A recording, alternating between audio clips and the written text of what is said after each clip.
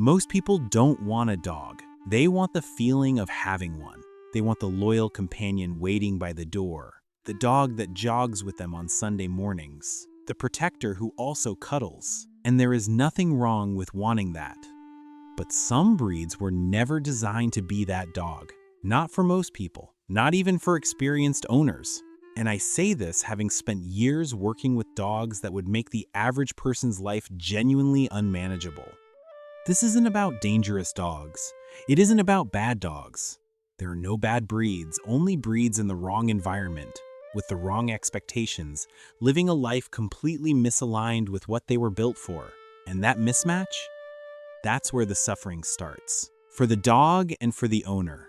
Shelters across this country are quietly full of brilliant animals that someone fell in love with for the wrong reasons. They saw the look, the energy, the mystique, and chose with their heart instead of their honesty. I respect the impulse, but I've also seen what happens when it goes wrong. So these are the 5 breeds I personally would never bring home, not because they aren't extraordinary, but because I know exactly what they require. And I'm honest enough to admit when something isn't for me. Number 5, the Husky. The Husky is one of the most visually stunning dogs on the planet. Blue eyes, striking coat, the look of something wild, just barely domesticated. That's exactly the problem. The Husky was bred to run, not jog, not fetch in a backyard. Run 50 miles a day in Arctic conditions as part of a working team with a psychological drive so deeply embedded into the breed that a quiet apartment is essentially psychological punishment. Most owners get a Husky because it looks beautiful. What they find within 6 months is a dog that has howled continuously for 3 hours, dismantled the couch, escaped the yard twice, and seems genuinely unbothered by any of it. That isn't defiance. That's a working nervous system with nothing to work on. The Husky has an almost pathological need for output, not exercise, output. There is a difference. You can walk a Labrador and satisfy something deep in it. With a Husky, a 2-mile walk barely takes the edge off. Their minds need engagement as much as their bodies do, and when they don't get it, they self-regulate through destruction, vocalization, and escape behavior that would impress a professional. In the right environment, active lifestyle, cold climate, experienced hands, genuine commitment to daily, intense exercise, the Husky is one of the most loyal and emotionally expressive breeds alive. But that environment is rarer than people think. Number 4, the Cane Corso. Here is where it gets serious. The Cane Corso is a large, deeply intelligent, emotionally sensitive guardian breed. And that combination, intelligence, sensitivity, and guarding instinct at 120 pounds demands a very specific kind of owner. The Corso was bred to protect property and family with absolute commitment. That loyalty is genuine. It is also the thing that makes them genuinely unsafe in the wrong hands. A Corso needs a leader.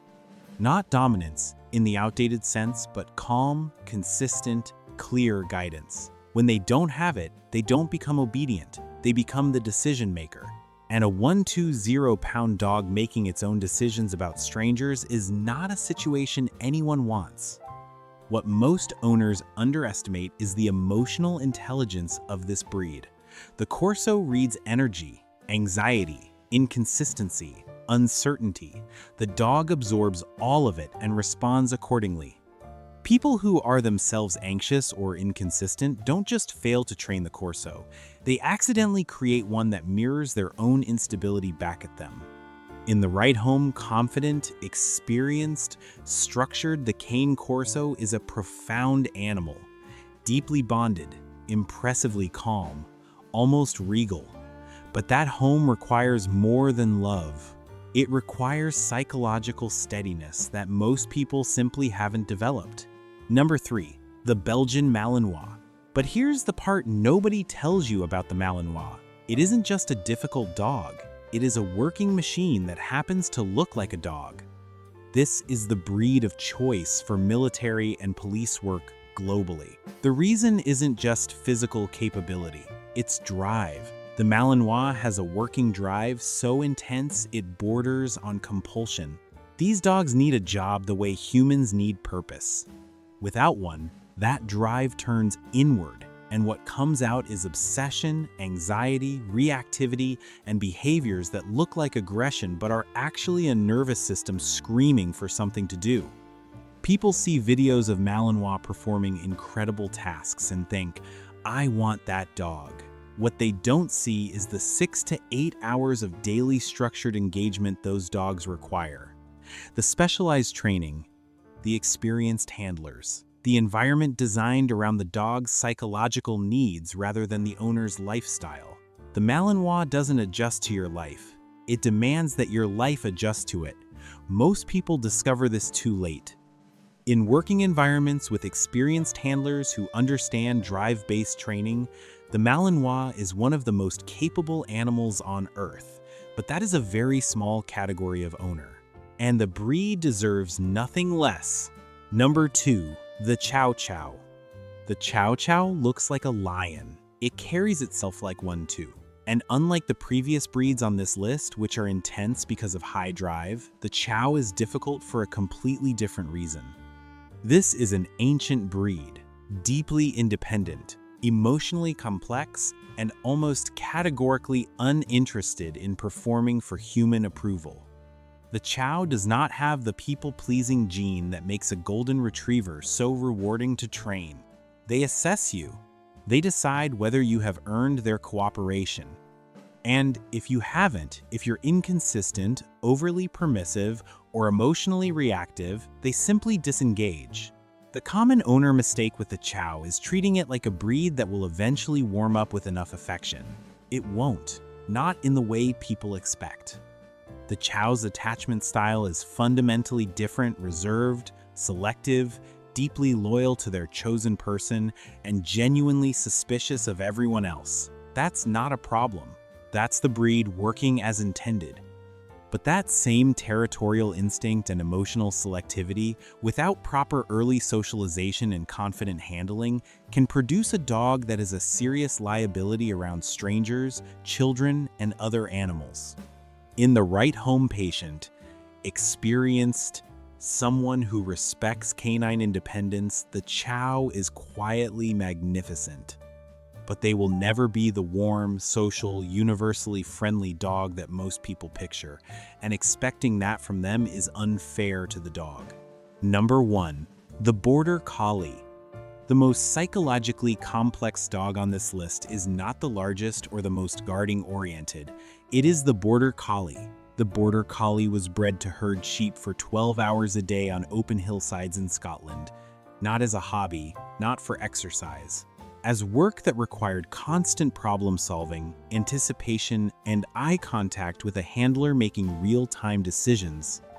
The result is a dog with an almost supernatural intelligence and a nervous system that runs so hot that without an equivalent mental and physical outlet, it collapses into anxiety, obsessive behaviors, and what owners often describe as neurosis.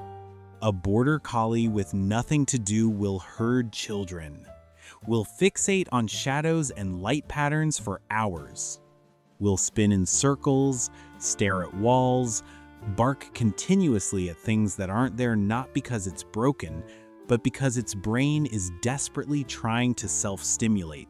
Intelligence without application becomes its own kind of suffering. The emotional stakes are high with this breed in a way that feels different from other dogs. The Border Collie is acutely sensitive to human emotion and social dynamics. It picks up on tension, inconsistency, and stress in the household in ways that directly affect its own stability. You cannot simply manage a Border Collie's physical energy and call it done. You have to manage its mind, its need for purpose, its relationship with uncertainty. In the right environment, active farm, competitive dog sports, experienced and engaged owners committed to daily structured work, the Border Collie is arguably the most impressive dog ever developed. But that environment is genuinely rare, and placing one of these dogs in an average home is, in my honest opinion, a disservice to the animal. A difficult dog is not a broken dog, Every breed on this list exists because human beings needed something extraordinary: protection, endurance, intelligence, loyalty beyond measure. They delivered. These animals are not the problem. Misplaced expectations are.